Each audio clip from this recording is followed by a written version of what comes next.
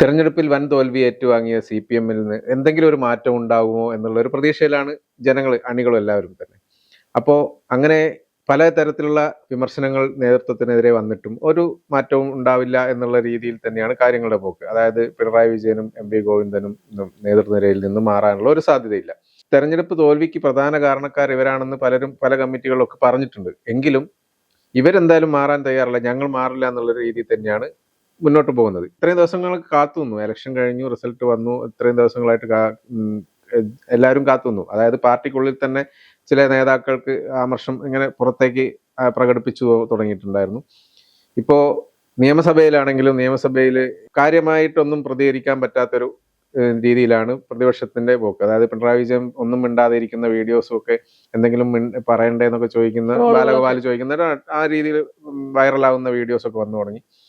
ഇതൊക്കെ വന്നതിന് പിന്നാലെ ഇപ്പോൾ പുതിയൊരു വാർത്ത കേൾക്കുന്നത് CPM-ൽ ഇപ്പോൾ ഒരു പുതുചേരി, അതായത് പിണറായി വിജയനും MV ഗോവിന്ദനും എതിരെ ഒരു പുതുചേരി, അതായത് ഇവർ നേതൃത്വത്തിൽ മാറ്റണം, പുതിയ ആരെങ്കിലും ഒക്കെ വരണം എന്നുള്ളൊരു അതിന് വേണ്ടിയിട്ട് ഒരു ഉൾക്കളികൾ നടക്കുന്നുണ്ടെന്നും അതൊരു ചേർന്നിട്ട് പുതിയ ആൾക്കാരെ നേതൃനിരയിലേക്ക് കൊണ്ടുവരാനുള്ള ഒരു ശ്രമങ്ങളൊക്കെ നടക്കുന്നുണ്ട് എന്നാണ് നമുക്ക് അറിയാൻ കഴിയുന്നത്. ഏറ്റവും പുതിയ വാർത്തകൾ വരുന്നത്. അങ്ങനെ ഒരു സാധ്യത CPM-ൽ ഉണ്ടാവാൻ സാധ്യതയുണ്ടോ? അല്ല, CPM അല്ലെങ്കിൽ ചരിത്രപരമായ മാറ്റങ്ങൾ, ചരിത്രത്തിൽ ഇടം പിടിക്കുന്ന മാറ്റങ്ങളൊക്കെ തന്നെയാണ് പിണറായി വിജയൻ മുഖ്യമന്ത്രിയായിരുന്നപ്പോഴും അല്ലെങ്കിൽ കഴിഞ്ഞ 10 വർഷമായി ഉണ്ടായത്. CPM-ൽ ഇതുവരെ ഇല്ലാത്ത കീഴ്വഴക്കങ്ങൾ, LDF-ൽ പോലും ഇല്ലാത്ത കീഴ്വഴക്കങ്ങൾ, മുന്നണി മര്യാദകൾ പാലിക്കാതെ സ്വന്തം ഇഷ്ടത്തിന് AKG സെന്ററിൽ നിന്ന് തീരുമാനങ്ങൾ എടുക്കുന്ന രീതിയൊക്കെ നമ്മൾ കണ്ടതാണ്. സാധാരണഗതിയിൽ പാർട്ടിക്കകത്ത് അല്ലെങ്കിൽ പാർട്ടിയെയോ പാർട്ടിയുടെ തലപ്പത്തിരിക്കുന്ന നേതാക്കളെയോ വിമർശിക്കുന്ന രീതി പോലും CPM-ൽ ഉണ്ടായിരുന്നില്ല. അവർ പറയുന്നത് ഇതൊരു കേഡർ പാർട്ടിയാണ്, കേഡർ ശൈലിയാണ്.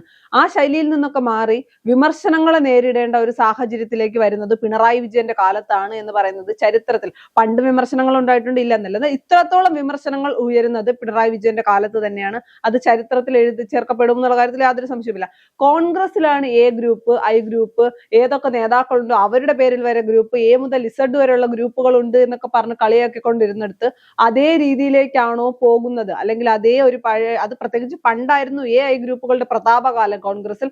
ആ കാലങ്ങളൊക്കെ പോയി ഇപ്പം നേതാക്കൾ തന്നെ 3 ഗ്രൂപ്പായി അല്ലെങ്കിൽ 3 ഗ്രൂപ്പായി മാറുന്ന ഒരു സാഹചര്യത്തിലാണ് അതേ ശൈലി CPM-ലേക്ക് വരാൻ പോകുന്നത്. എന്റെ അഭിപ്രായത്തിൽ അഭിപ്രായങ്ങൾ പറയുക എന്ന് പറയുന്നത് ശരിയായിട്ടുള്ള കാര്യമാണ്. തെറ്റ് കണ്ടാൽ തെറ്റെന്ന് പറയണം. മുൻ മുഖ്യമന്ത്രി പിണറായി വിജയന്റെ നിലപാട് ശരിയല്ലെങ്കിൽ അത് ശരിയല്ലെന്ന് പറയണം.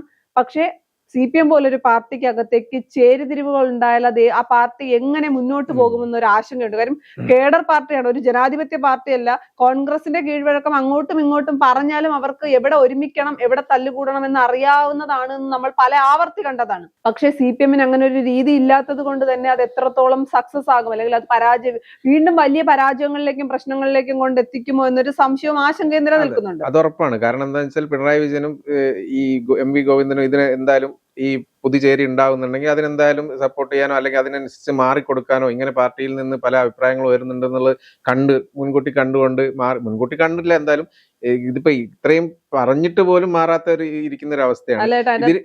ഇതിനകത്ത് പ്രധാനപ്പെട്ട കാര്യം ഇതിന്റെ ജനറൽ സെക്രട്ടറി MA ബേബി തന്നെ ഇതിന്റെ ഉള്ളിൽ നിശബ്ദമായി നിൽക്കുന്നു എന്നുള്ളതും പുതുതായിട്ട് ഉയർന്നു വരുന്ന ശബ്ദങ്ങൾക്ക് അല്ലെങ്കിൽ ആൾക്കാർക്ക് മൗനമായിട്ടൊരു പിന്തുണ നൽകുന്നു എന്നുള്ളതും ഒക്കെയാണ് ഇപ്പൊ ചർച്ചയായിട്ട് വരുന്നത്. അല്ല, ഇപ്പൊ കോൺഗ്രസിനെയും CPM-നെയും എടുത്താൽ താരതമ്യം ചെയ്യുകയല്ല, എന്നാൽ പോലും കോൺഗ്രസിനൊരു ഹൈക്കമാൻഡ് ഉണ്ട് പിടിച്ചു നിർത്താൻ.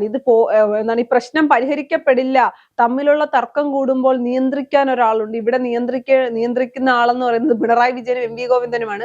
പല ആവർത്തി ഇപ്പൊ ഒരു ചേരിതിരിവ് ഉണ്ടാവുകയാണെങ്കിൽ അല്ലെങ്കിൽ ഇവരെ രണ്ടുപേരും മാറ്റി നിർത്തിക്കൊണ്ട് പുതിയൊരു ചേരി രൂപപ്പെട്ടാൽ നമുക്ക് ആ പുതിയതായി രൂപപ്പെടുന്ന ചേരിയെയോ ആ ചേരിയിലെ നേതാക്കളെയോ കുറ്റം പറയാനാകില്ല. പല ആവർത്തി പല തെരഞ്ഞെടുപ്പുകളിൽ, ലോക്സഭാ തെരഞ്ഞെടുപ്പ്, ലോക്കൽ ബോഡി തെരഞ്ഞെടുപ്പ്, അത് കഴിഞ്ഞുണ്ടായ നിയമസഭാ തെരഞ്ഞെടുപ്പ്, 3 തെരഞ്ഞെടുപ്പിൽ CPM പ്രതീക്ഷിക്കാത്ത രീതിയിലുള്ള പരാജയം നേരിട്ടു. മാറിയേ പറ്റൂ. അല്ലെങ്കിൽ നമ്മളായി തിരുത്തിയില്ലെങ്കിൽ, പാർട്ടി തിരുത്തിയില്ലെങ്കിൽ, നേതാക്കൾ തിരുത്തിയില്ലെങ്കിൽ അണികൾ തിരുത്തേണ്ടി വരുമെന്ന സാഹചര്യത്തിലൂടെ കടന്നു പോകുന്നു. പാർട്ടി നശിക്കരുത് എന്ന് ആഗ്രഹിക്കുന്ന, പാർട്ടിയോട് കൂറും ആത്മാർത്ഥതയുമുള്ള നേതാക്കൾ നിരന്തരം MV ഗോവിന്ദനെയും പിണറായി വിജയനെയും വിമർശിക്കുന്നത് പാർട്ടി നന്നാകണമെന്ന് നോക്കിയിട്ടാണ്. അവിടെ രാഷ്ട്രീയ ശത്രുത വെച്ചിട്ടില്ല. എന്നിരുന്നാൽ പോലും മാറില്ല എന്ന് ഉറച്ചു നിൽക്കുന്ന 2 പേർ. ഇനി ഞങ്ങൾ മാറിയിട്ടൊരു മാറ്റവും CPM-ലേക്ക് വരണ്ട, അല്ലെങ്കിൽ ഞങ്ങൾ മാറിയിട്ട് പാർട്ടി നന്നാകണ്ട എന്ന നിലപാടെടുത്തിട്ടുണ്ട് എങ്കിൽ പാർട്ടിക്കും പാർട്ടിയിലെ നേതാക്കൾക്കും മറ്റൊരു വഴിയില്ലാതെ അവരുടെ ഗതികേട് കൊണ്ടാണ് മറ്റൊരു മൂന്നാമത് അല്ലെങ്കിൽ രണ്ടാമതൊരു ചേരിയിലേക്ക് അവർ പോകുന്നത്. ഇതിനകത്ത് പറയാൻ ഉദ്ദേശിക്കുന്നത് വേറൊരു കാര്യം, ഇതിനകത്ത് പ്രധാനമായിട്ടും എടുത്തു പറയപ്പെടുന്ന പേരുകൾ ഒന്ന് സ്വരാജിന്റെ പേരുണ്ട്, പിന്നെ പി ജയരാജന്റെ പേരുണ്ട്, പിന്നെ മറ്റു ഒന്ന് രണ്ട് പേര് കൂടുതലുണ്ട്. ശൈല ടീച്ചറൊക്കെ ഒരു പക്ഷേ ഇതിന്റെ പിന്നാലെ ഉണ്ടാവും. അല്ല, പലരും മറ്റൊരു കാര്യം കൂടിയുണ്ട്, പലരും ആ ചേരിയിലേക്ക് അല്ലെങ്കിൽ പുതിയതായി രൂപീകരിക്കുന്ന അല്ലെങ്കിൽ ചർച്ച നടക്കുന്ന ചേരിയിലേക്ക് പോകണമെന്നുണ്ടെങ്കിൽ പോലും തിരിച്ച് അത്തരം ഒരു ചേരി വിജയിച്ചില്ല എങ്കിൽ ഉണ്ടാകാൻ പോകുന്ന തിരിച്ചടി എന്ന് പറയുന്നത് വളരെ വലുതായിരിക്കും. അത് ഏറ്റവും നന്നായി അറിയാവുന്ന ആൾ കെ ശൈലജയാണ്. പിണറായി വിജയന് മുകളിലേക്ക് സ്വന്തം പേര് ഉയർന്ന് അല്ലെങ്കിൽ തന്റെ പേര് ഉയർന്നു കേട്ടപ്പോൾ ഒരു പ്രാവശ്യമല്ല ഒന്നിലധികം പ്രാവശ്യം തന്നെ മനഃപൂർവ്വം ടാർഗറ്റ് ചെയ്തുകൊണ്ട് അപമാനിച്ചതാണ് പാർട്ടി, അല്ലെങ്കിൽ ഇരയാക്കി മാറ്റിയതാണ് പാർട്ടി. അതുകൊണ്ട് ശൈലജയെ പോലെ ഉള്ളവരൊക്കെ 3 പ്രാവശ്യം ചിന്തിച്ചിട്ട് മാത്രമേ ഒരു നിലപാട് ഈ വിഷയത്തിൽ എടുക്കൂ എന്നാണ് എനിക്ക് തോന്നുന്നത്. കാര്യം ഈ ബാക്കിയുള്ളവരെ പോലെയല്ല, ശൈലജയ്ക്ക് അറിയാം ഇത് രണ്ടാം അല്ലെങ്കിൽ പുതിയ ചേരി വികസിപ്പിക്കുമ്പോൾ അത് വിജയിച്ചില്ലെങ്കിൽ തിരിച്ചടി ഉണ്ടാവുക ഏത് രീതിയിലാണെന്നുള്ളത്. പിന്നെ സ്വരാജൊക്കെ പുതിയൊരു ആശ അല്ലെങ്കിൽ പുതിയൊരു ഇവരിൽ നിന്ന് മാറി വിഭിന്നമായിട്ടൊരു ചേരിയിലേക്ക് പോകുമ്പോൾ സ്വരാജിന്റെയൊക്കെ മുന്നിൽ വ്യക്തമായ ലക്ഷ്യങ്ങളുണ്ട്. എം വി ഗോവിന്ദൻ മാറിയാൽ, അത് നമ്മൾ തെരഞ്ഞെടുപ്പ് കഴിഞ്ഞ പറഞ്ഞ എം വി ഗോവിന്ദൻ മാറിയാൽ അവിടെ സ്വരാജ് ആയിരിക്കുമോ വരുന്നത് എന്നൊരു ചോദ്യമുണ്ട്. എം വി ഗോവിന്ദൻ മാറുന്ന ഒരു ചേലും കാണുന്നില്ല. പക്ഷെ സ്വാഭാവികമായും ഗോവിന്ദൻ മാറാനുള്ള ഒരു സാധ്യതയുണ്ട്. എന്നാൽ പ്രതിപക്ഷ നേതൃസ്ഥാനത്ത് നിന്ന് പിണറായി വിജയനെ മാറ്റുക എന്ന് പറയുന്നത് അത്ര എളുപ്പമുള്ള പണിയല്ല. മറുവശത്ത് CPI ഇന്നും ആവർത്തിച്ചിട്ടുണ്ട്, അന്നേ ഞങ്ങൾ പറഞ്ഞത് കേട്ടിരുന്നെങ്കിൽ ഇത്രയും വലിയ പരാജയം ഉണ്ടാകില്ലായിരുന്നു, അന്ന് ഞങ്ങൾ പറഞ്ഞതൊന്നും കേട്ടില്ല. അതുപോലെ അവർ നിരന്തരം ആവശ്യപ്പെടുന്ന കാര്യം പ്രതിപക്ഷ നേതാവ് സ്ഥാനം, ഉപപ്രതിപക്ഷ നേതൃസ്ഥാനം വേണമെന്ന് അവർ പറയുന്നു. അതിന് വ്യക്തമായ അല്ലെങ്കിൽ അതിന് ഇതുവരെയും ഒരു തീരുമാനം ഉണ്ടായിട്ടില്ല. CPI അല്ലെങ്കിൽ ഇടതുമുന്നണിയെ സംബന്ധിച്ചിടത്തോളം ഇപ്പോൾ നിലവിലെ സർക്കാർ അധികാരത്തിൽ വന്നിട്ട് കുറച്ച് ഒരു മാസമേ ആയിട്ടുള്ളെങ്കിൽ പോലും പല വിഷയങ്ങളും ശക്തമായി പ്രതിഷേധങ്ങളുമായി തെരുവിലിറങ്ങാം അല്ലെങ്കിൽ ശക്തമായി പ്രതിഷേധങ്ങൾ സംഘടിപ്പിക്കാൻ കഴിയുന്ന സാഹചര്യമുണ്ട്. പക്ഷേ ആ സാഹചര്യത്തിലേക്ക് കാര്യങ്ങൾ എത്തുന്നില്ല. CPM-ഉം CPI-യും ഒരു നനഞ്ഞ അല്ലെങ്കിൽ ഒരു തണുപ്പ് മട്ടിൽ തന്നെയാണ് ഇപ്പോഴും നിൽക്കുന്നത്. ഇതിലൊരു കാര്യം എന്ന് വെച്ചാൽ കഴിഞ്ഞ ദിവസം വരെ നമ്മൾ കരുതിയത് എന്താണെന്ന്, നമ്മുടെ ഒരു തിരുത്തൽ CPM-ൽ ഉണ്ടാവും, അല്ലെങ്കിൽ നേതൃത്വത്തെ മാറ്റാനുള്ള ഒരു നീക്കം നടക്കും, അല്ലെങ്കിൽ അങ്ങനെ എന്തെങ്കിലും ഒരു നടപടികളിലേക്ക് പോകും പാർട്ടി എന്നുള്ളൊരു പ്രതീക്ഷ ഉണ്ടായിരുന്നു. പക്ഷേ നേരെ ഈ തോൽവിക്ക് കാരണം നേതാക്കളാണെന്ന് എടുത്തു പറഞ്ഞ് അവർക്കെതിരെ നടപടി എടുക്കുകയാണ് ഉണ്ടായിരിക്കുന്നത്. അപ്പൊ ഈ പാർട്ടി പണ്ടേ പോലെ തന്നെ മുന്നോട്ട് പോവുകയല്ലേ ചെയ്യുന്നത്. അല്ല, ഇനിയിപ്പോ എന്തെങ്കിലുമൊക്കെ മാറ്റം വേണം. തിരുത്തലുകൾക്ക് തയ്യാറാണ്, തെറ്റുകൾ മനസ്സിലാക്കുന്നു, തിരുത്തുന്നു, പാർട്ടിയെ തിരികെ കൊണ്ടുവരാൻ പോകുന്നു എന്ന് പറയുമ്പോൾ പോലും ഏറ്റവും പറ്റിയ തെറ്റ് പിണറായി വിജയനും എം വി ഗോവിന്ദനുമാണ് എന്നുള്ളത് മാത്രം അവർ അംഗീകരിക്കുന്നില്ല, അത് തിരുത്തുന്നില്ല. അത് തിരുത്താത്ത പക്ഷം പാർട്ടിയിൽ ഒരു തിരുത്തലും അംഗീകരിക്കാൻ കഴിയില്ല, അല്ലെങ്കിൽ ഒരു തിരുത്തലും ഉണ്ടാകും എന്നുള്ള പ്രതീക്ഷയൊന്നുമില്ല. അതുകൊണ്ട് തന്നെയാണ് നേതാക്കൾക്കടക്കം മനസ്സിലായി തിരുത്തലുകളൊന്നും നടക്കില്ല, തിരുത്തൽ ശക്തിയാകാനൊന്നും ഇനി CPM-നെ കൊണ്ട് പറ്റില്ല. അതുകൊണ്ടാണ് മറ്റൊരു ചേരി ഇപ്പുറത്തേക്ക് രൂപപ്പെടുന്നത്. ആ ചേരി വിജയിക്കുമോ പരാജയപ്പെടുമോ എന്നുള്ളത് പിന്നീടുള്ള കാര്യമാണ്. എന്തായാലും ഈ വിഷയത്തിൽ പിണറായി വിജയൻ എം വി ഗോവിന്ദനും അടങ്ങിയിരിക്കാനും പോകുന്നില്ല.